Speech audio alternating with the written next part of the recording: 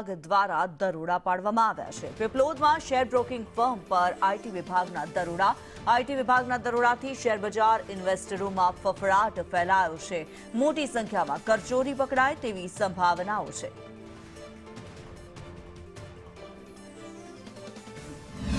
દિવાળી પહેલા ઇન્કમ ટેક્સના દરોડા સુરત શહેરની અંદર પડ્યા છે। જોઈ શકાય છે કે જૈનમ શેરબજારની કંપની આવેલી છે પીપલોદ ખાતે, ત્યાં આગળ ગઈકાલથી જ જે ઇન્કમ ટેક્સના દરોડા પડ્યા છે અને સર્ચ ઓપરેશન હાથ ધરવામાં આવી રહ્યું છે। જે ખોટી રીતે વ્યવહાર થયા હોય અને ખાસ કરીને વાત કરીએ તો ઓપ્શન ટ્રેડિંગની અંદર જે વ્યવહાર થયા હોય તેને વ્યવહાર ખોટી રીતે થયા હોય તેને શોધવાના કયાવત હાથ ધરવામાં આવી રહી છે। આ જે બિલ્ડિંગ છે તેમાં ઇન્કમ ટેક્સના ઓફિસરો આવી પહોંચ્યા છે। ખાસ કરીને વાત કરીએ તો અમૃતસરથી જે દરોડા પાડવામાં આવ્યા છે, અમૃતસરના જે અધિકારીઓ છે તે વહેલી સવારથી અહીં આવી પહોંચ્યા હતા અને દરોડા પાડવામાં આવ્યા છે। પોલીસ બંદોબસ્ત ગોઠવી દેવામાં આવ્યો છે। બહારના લોકોને અંદર પ્રવેશ નથી કરવામાં આવી રહ્યો। જે રીતના અમૃતસરની ટીમે જે ગુજરાતની અંદર દરોડા પાડ્યા છે, એટલે કહેવાય કે પંજાબથી છેક જે રેલો છે તે ગુજરાત સુધી આવ્યો છે અને જે મોટી સંખ્યામાં બેનામી આવકના જે વેરા હોય તે ઝડપાવવાની શક્યતા વ્યક્ત કરવામાં આવી રહી છે।